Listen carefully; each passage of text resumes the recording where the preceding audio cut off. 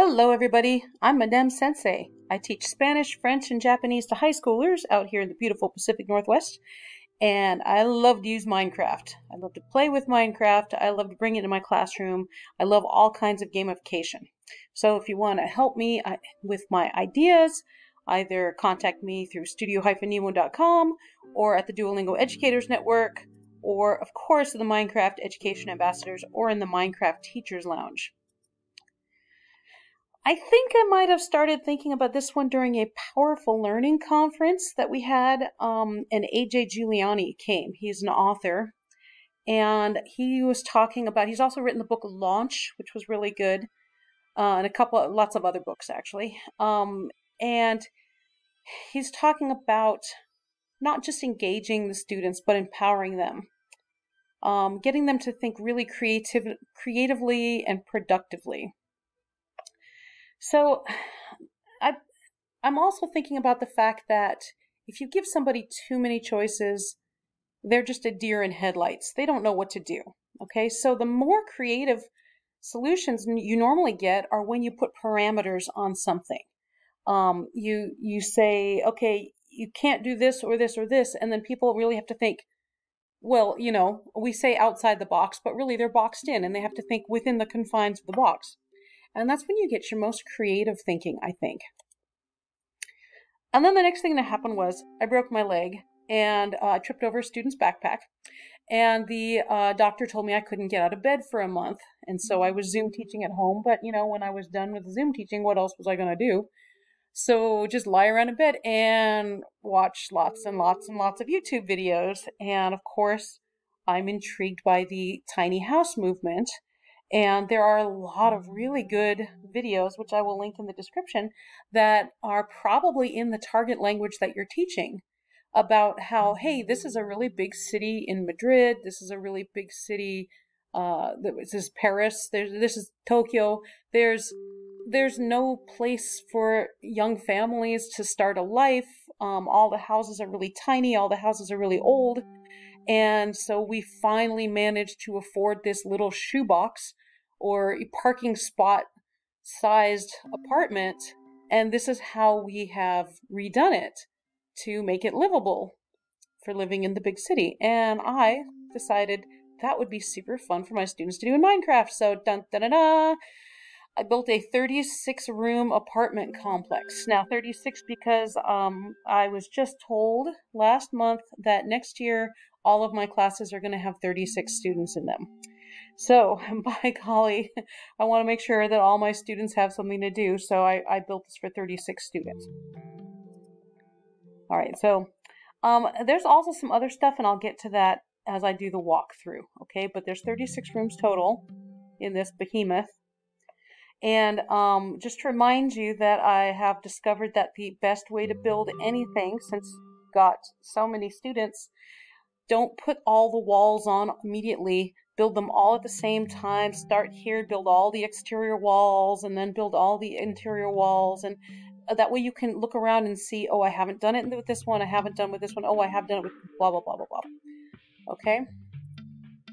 So each room, you'll notice, here, let me go back here. In the corners, because I made it square with a courtyard, in the corners are an extra little bonus room that I put in for the students to put their redstone in. If they want to make sliding walls or anything, they can use this. If they're not going to make sliding walls, well, then they don't need this, okay? But this is just if they want to get clever with their redstone, because it is Minecraft and you want to use all the features of Minecraft, right? Now, once again, I should also say I always plan things out meticulously, and even still, when I get to the end game, I'm thinking, oh, I wish I had made this 10 blocks wider. Yeah, it would have been a lot more work. I would have had to put more 10 blocks, but, you know, it would have been, the end result would have been more aesthetically pleasing, I think. So I really wish I had made everything, not the rooms themselves, because the whole point of this is to have tiny houses, but this middle courtyard section, I wish I'd made just a little bit larger, but that's okay. It's going to be fine. All right, so there's our secret rooms. Here again, our secret rooms, and notice the ugly wall. I'll talk about that in a moment. In the secret room, that is your mechanical room, that's what the word is. So I put up a sign, and I wrote in the 3 languages that I teach. I wrote in Spanish and in French and in Japanese, no English on the signs whatsoever.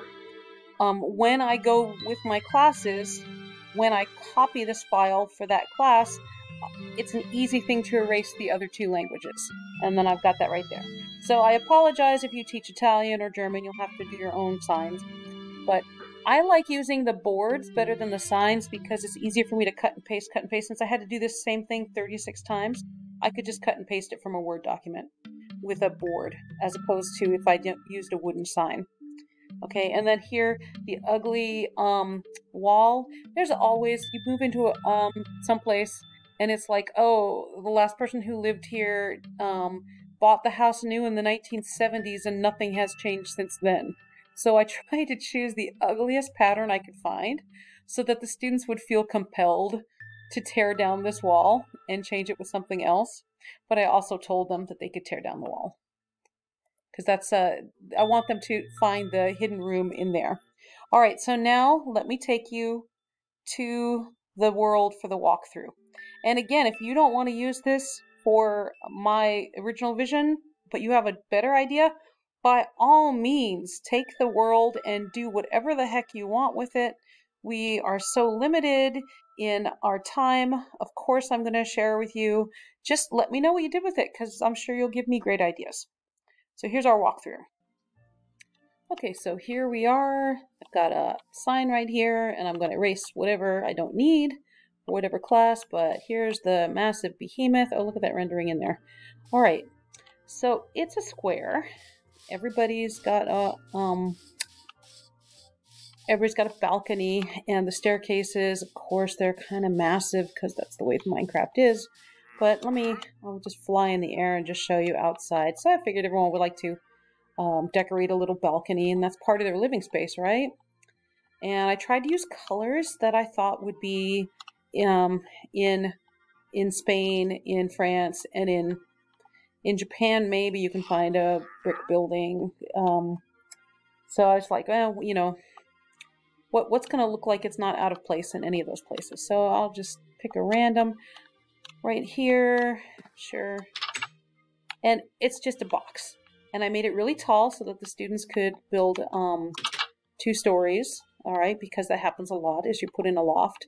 All right, and it's just bland, right? It's a tiny little box thing, and the ugly wall that the students can tear down, and then whatever redstone contraption they need, they can run their redstone in there. All right, and then I have a deck on the outside that connects all the apartments together. And I was thinking a lot about this because, oops, I forgot to make this larger. Sorry.